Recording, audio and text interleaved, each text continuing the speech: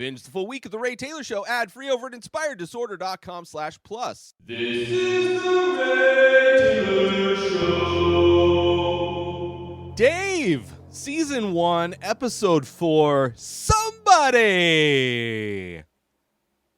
is the episode I'm talking about today. If you have not watched the TV show Dave, which is an FX show, it is on Hulu, has 2 seasons. What I'm doing here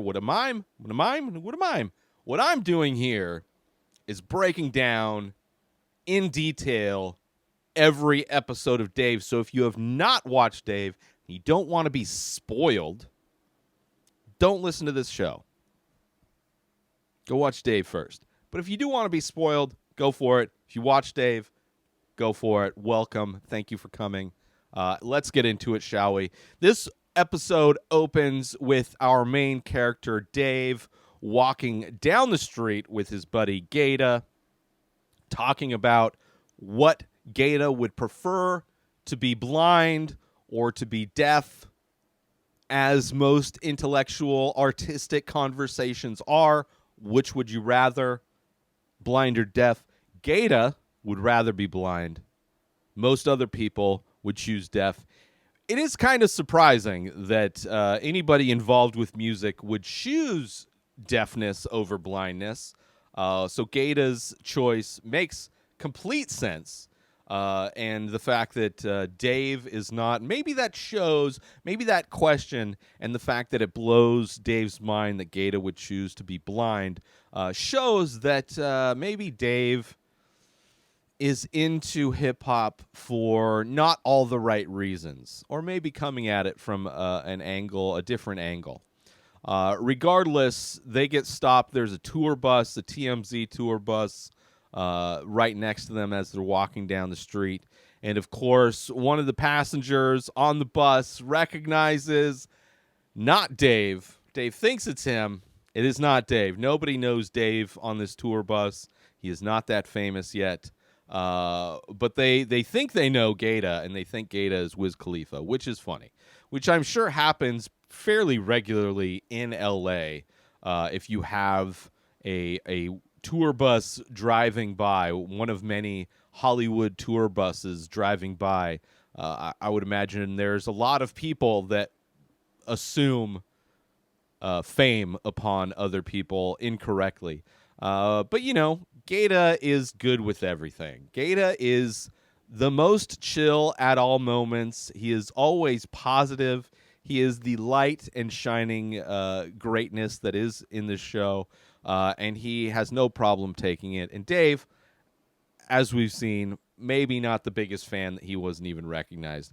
Regardless, that is how this episode starts off. Then we have cut to Dave and Allie hanging out in their, outdoor space at the apartment. Dave's getting her a nice little metal straw because one fell on the ground. Mike pulls up from his day at work on his Bluetooth talking to somebody. Dave tries to give him the big welcome of "Somebody suck me." Somebody suck me, which is kind of the running gag of this episode, obviously, in reference to the title of the episode, where you can't title an episode on a network TV show "Somebody Suck Me," but you can add an ellipses to it and just start with somebody. Of course, the saying sounding like and coming from the Mask film, the classic Jim Carrey comedy, "Somebody Stop Me," but obviously punched up a bit with the Dave spin of "Somebody Suck Me."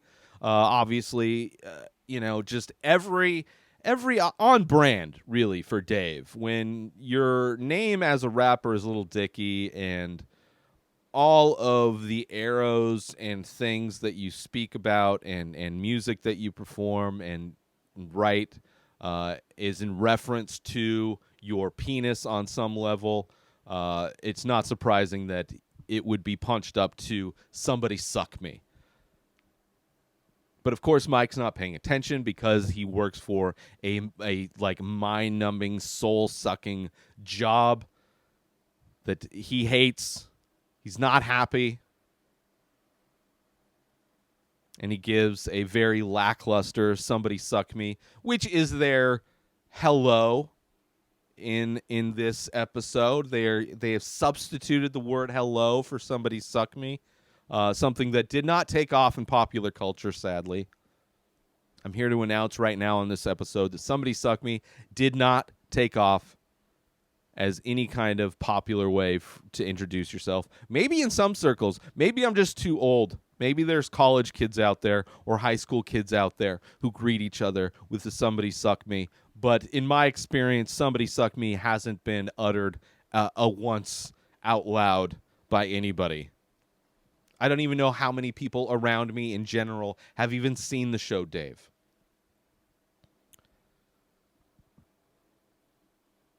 So they're hanging out. Mike's there.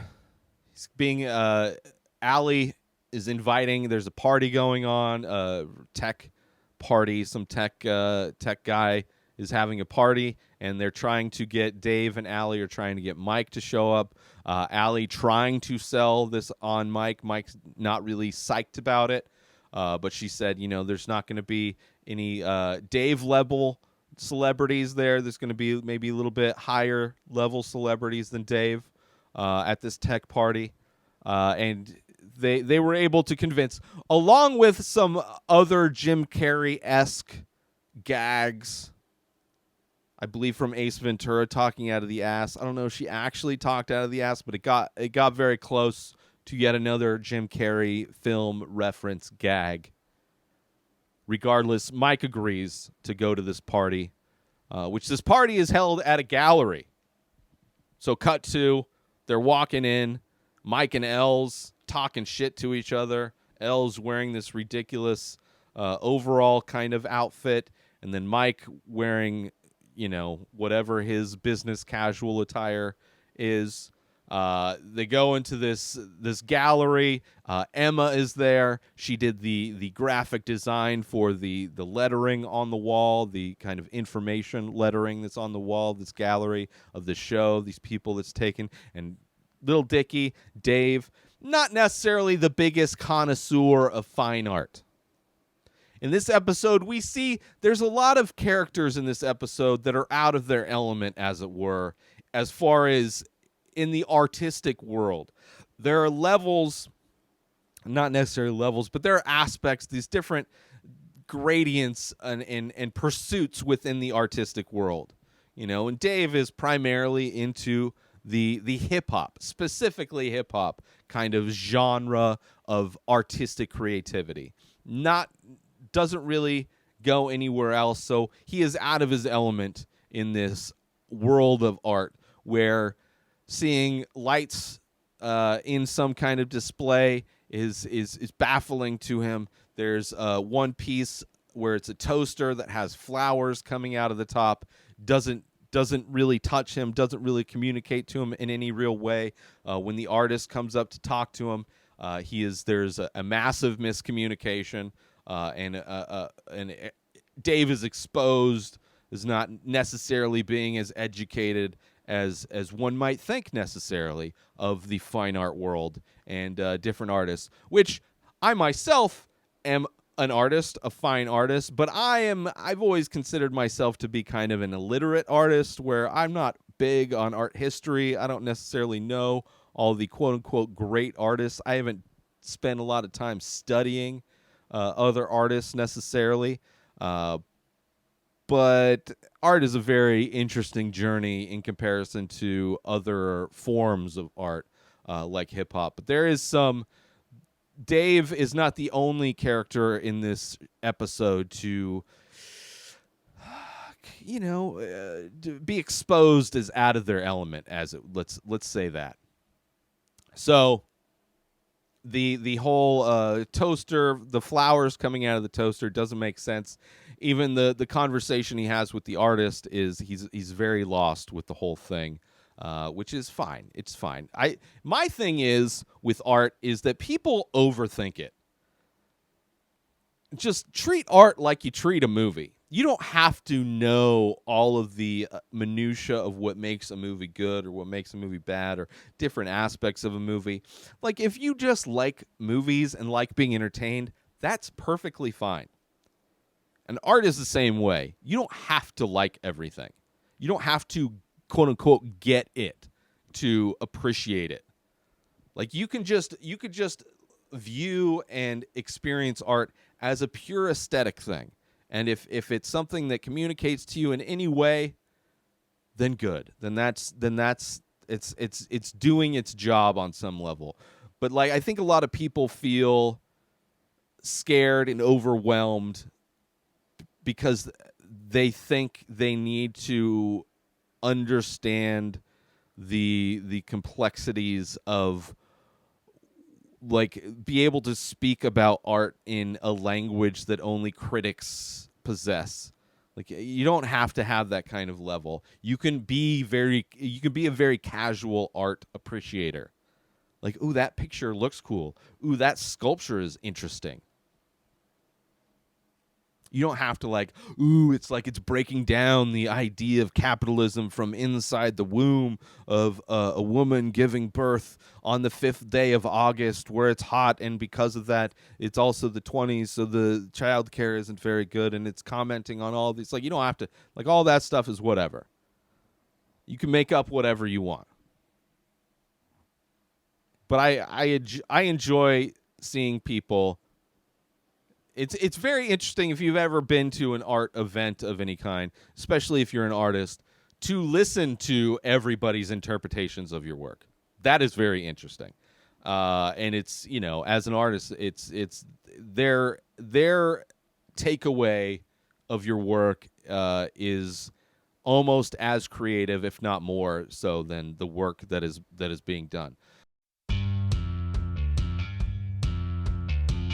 The Many Faces is an ongoing abstract ink portrait series that I started many years ago.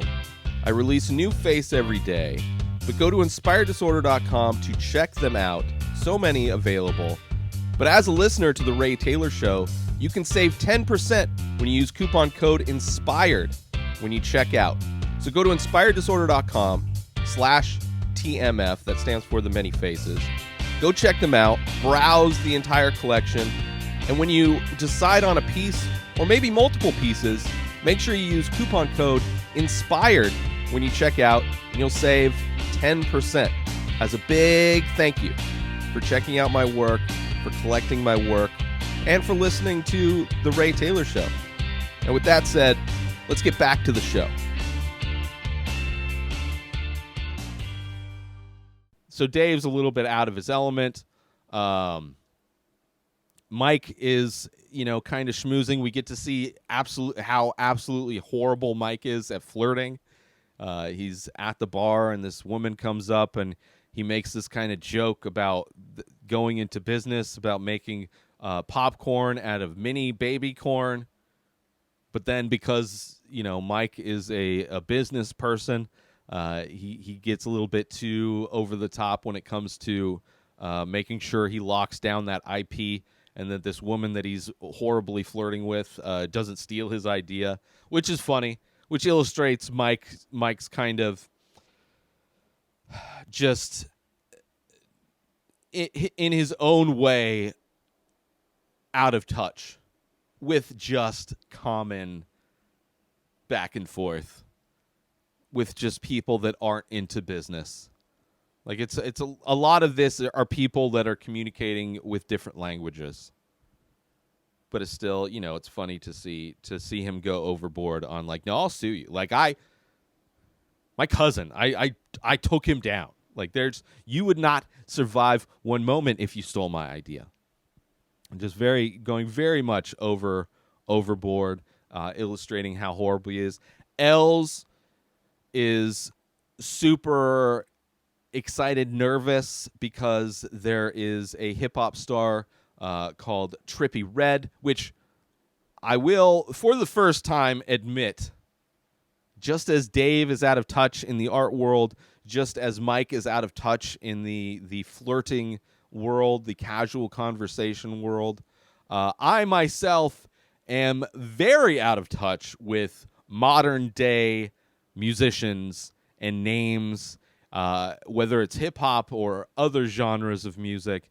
I do not know. A lot of these people, I am hearing their names for the first time. I do not recognize any of them. The amount of cameos that come through this show are massive. There's a lot of cameos, and very little to none of them I actually know of, recognize, have ever heard their music. So forgive me for my ignorance, as I forgive Dave's ignorance of art. But anyway, Elle's super nervous because Trippie Redd is there. But GaTa being GaTa and being the, like, just unflinchingly optimistic and friendly and has no problems being vocal and being assertive, decides to go introduce Els to this musician, this artist, Trippie Redd. And doesn't really work. I mean, it works kind of. So he goes up. He's trying to convince this guy that he knows they know each other, that they met through his mom or whatever. It doesn't really work. He doesn't know GaTa. He doesn't remember GaTa. But Els, because of that, gets out of his shell, steps out of his shell a bit, and asks if Trippie is looking for a new engineer. Because he's the shit, like he does. Els does like sell himself mildly well. He at least tries to sell himself that, like, oh, I'm the shit. I make good shit. I'm a good engineer. If you're looking for somebody local, hit me up. So he's able to at least get this introduction. And then you have Dave with Allie. Emma's sitting down with a couple other people, one of which is Young Thug. Don't know who that is. Don't actually, out of the two of the dudes sitting on the couch that are talking to Emma, I'm not exactly sure 100% which of the two is Young Thug, but one I'm pretty sure it's the guy that's got the cold. But Dave shows up, they pass him a blunt, and he smokes, and then the dude that passed him blunt, Young Thug, starts coughing, starts hacking up, which in the reality that we're living in of a global pandemic, having somebody cough like that after handing you a joint is far more traumatic of an event than even happens in this. Regardless, I'm not a big fan of sharing joints. I didn't grow up in that weed culture. I didn't start smoking weed till I was 30, and only some parties and stuff where you're passing the joint or passing the pipe. I'm not big on that. Like as an adult, as a grown man, if I see somebody smoking, I will probably have a joint on me, and I will just smoke my own. I will treat it like a cigarette, like people treat cigarettes. Where it's like, oh, these are where people smoke. Cool, you smoke yours, I'll smoke mine. I'm not, like, everybody can have their own shit. This whole passing stuff, no thanks. Especially now where it's like, oh, you want to get sick off my shit? You want to get Omicron off my cron? No thanks. So of course, Dave, very paranoid as he is, not very happy with the fact that he was just smoking off of a joint from Young Thug, who is clearly still sick. But the big bomb that drops is not the fact that Young Thug is sick and passing out and sharing it with everybody around him. It's the fact that Emma is an anti-Tom Hanks person. She is not a fan of Tom Hanks. She thinks, as I feel, her feeling of Tom Hanks is how I feel about, like, Ben Affleck or even Bradley Cooper. Like, just, in my opinion, those two people are two of the most overrated actors working in Hollywood right now. Like, it's baffling to me that they get the amount of work they do. But apparently for Emma, Tom Hanks is that for her. She's not a Tom Hanks fan, which bums me out because I like Emma. We haven't really gotten to know her much. Obviously, I've seen all 2 seasons, so you get to know all these different characters throughout time. But it bums me out that, and I forgot that she is a Tom Hanks hater. But anyway, she's very comfortable talking with these other artists. There's a common ground there, but she's still a hater of Tom Hanks. So anyway, cut to next morning. Dave, very phlegmy, or at least acting as if like kind of. It's that thing where, especially since the pandemic has been going on for 2 years now, any slight variation in like mucus production or airflow in and out of your lungs, like any of those things end up being put under a microscope and overanalyzed, and maybe not the best conclusions are drawn necessarily from those small events. So Dave wakes up the next day a little bit overly concerned with the fact that he has a bit excess phlegm production. But he goes in, waking up, walking through the apartment, and kind of creepily, Mike is in the kitchen. They're roommates, so it's not that crazy, but Mike's just kind of standing in the kitchen waiting.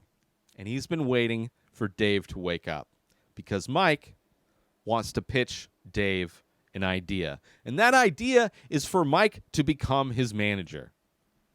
Because Mike had a little conversation at the party last night where he talked to somebody who's a manager for somebody else, and he got all the ins and outs and broke it down. He's also been to, he majored in business or whatever. So he's starting, he's starting from a point where he knows his stuff. But as pointed out by Dave, that maybe his knowledge of the cultural knowledge of hip hop will be to his detriment. So Mike, similarly to myself, is a little out of touch, doesn't know the names of all these hip-hop artists. Similarly to Dave, doesn't know fine art or names of fine art artists, well-known artists. So it's something that we can all relate to in one way or another. But Mike gives him his pitch to be his business manager only as a side hustle. Only as a side hustle. And of course, Dave just really unconsciously will use anything to help prop up his ego. Because that's kind of how you have to be. You have to, like, the only way to survive as an artist of any kind is to be so blindly obsessed with putting out your work and with believing in yourself. You can't have, you can have constant self-doubt for sure as an internal struggle for an artist, but as far as to keep working at something for years of your life and focus like energy, your life force into a thing without it ever being successful yet, like just like on a mission, on a hike through a forest, going in a direction that you believe is the right direction, and just hoping that there's going to be a light at the end of the tunnel at some point. Obviously, tunnels, forests, whatever, light at the end of the forest, as it were. But, Mike, as a businessman, he's like, listen, I only make money when you make money. 20% of zero is still zero. So he has Dave's best interest at hand when it comes to bringing in income. I myself would love to have a business manager, would love to have somebody take care of all the financials and be that part of my brain that I do not have. The business side of my brain just does not exist. I have had to jettison different aspects of my thought processes of life and education of life to clear room for my childish exploration of being an artist, being a creative person. So I would love for somebody who has that being a strength, a business strength, like Mike. So of course Dave says yes, because he would relish the opportunity to someday be able to fire Mike. He wants to have that kind of control over Mike. So he's all for it. Join Inspired Disorder Plus today. Head on over to inspireddisorder.com/plus to join. Membership includes members-only discounts and deals. You get access to the Ray Taylor Show completely ad-free, as well as bonus episodes. You get access to the complete live painting archive. You also get access to every single podcast ever produced by Inspired Disorder, hosted by Ray Taylor.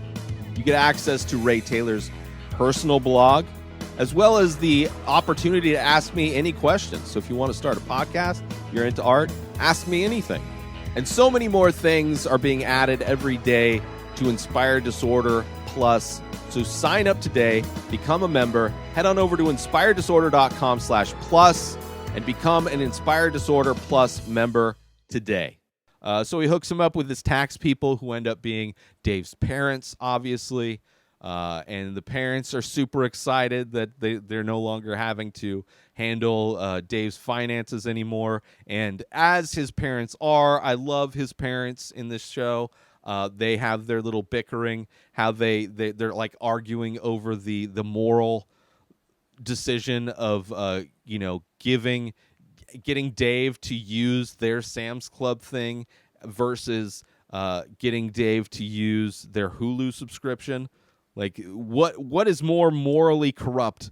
Letting somebody use your Sam's Club membership, or letting somebody use your Hulu membership, which is the fight that his parents are having. Not fight, but argument that his parents are having, which is always fun. It's always fun to to hear people like get lost discussing the rights and wrongs of modern day passwords and accounts. But anyway, and also the dad, very happy, very excited about the technology of zip files, making sure that Mike is able to handle this type of technology, this compression technology that is probably, like, I can't think of the last time something was in a zip file. For those that probably don't even know what a zip file is, it was back in the day when things took up a lot of space on your computer, and the only way to transfer something from one computer to another is through a floppy disk, which only had a certain amount of storage on it. Or even if you're transferring something over the internet, the files were too big. So you needed a way to compress the files. And what you would do is that you would zip them. And that was a kind of a technology that would shrink the file size of something. From point A to point B, and then you'd unzip it. And then it would kind of re-expand into wherever the destination was for the file. So there's your history lesson on zip files. Cut to, they're in the studio.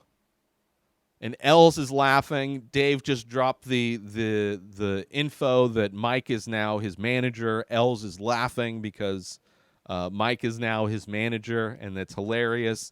GaTa is a bit more optimistic, as GaTa is. He's a fan of Dave keeping it in the family because you never know who's going to, even if you don't get famous, people that don't know you very well, or vice versa, you don't know very well, are going to be more likely to screw you over, which obviously there's exceptions to that. You look at comedian like Dane Cook, where his brother was his actual blood brother, was his accountant for many of his years through like the giant explosion of Dane Cook's career.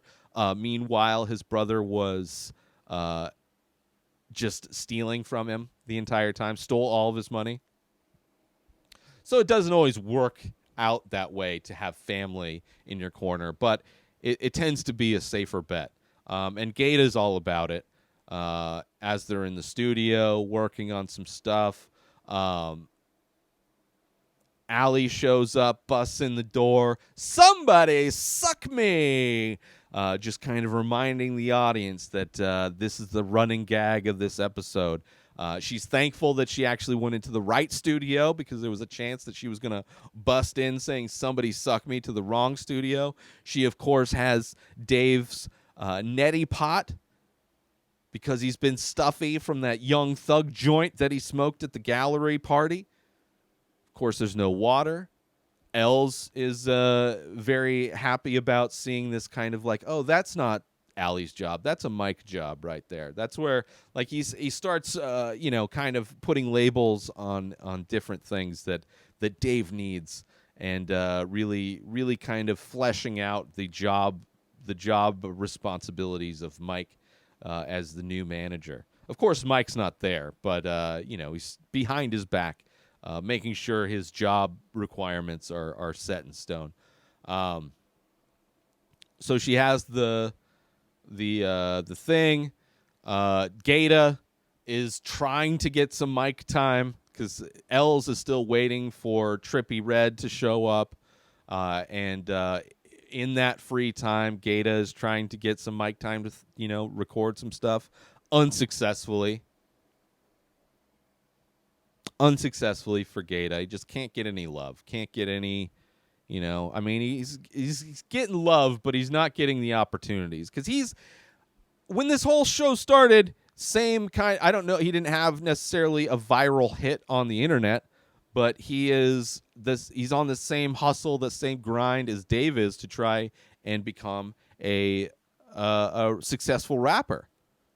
But we don't see it. We don't see GaTa getting those opportunities that Dave is getting. So he doesn't get that mic time. Dave goes back home, or I should say, cut to. Cut to. They're back at the apartment, Dave and Mike's apartment. Mike is watching a nature documentary. Dave comes in wanting to watch Lakers game that's on, and they have their artist versus management battle where Mike's like, shouldn't you be like making beats for me to go sell? Shouldn't you be making a product for me to go sell to people for us to start making money together? And Dave still stuffy, still using that as an excuse, not wanting to do it. So there's a back and forth, potential firing almost of Mike, but it doesn't happen.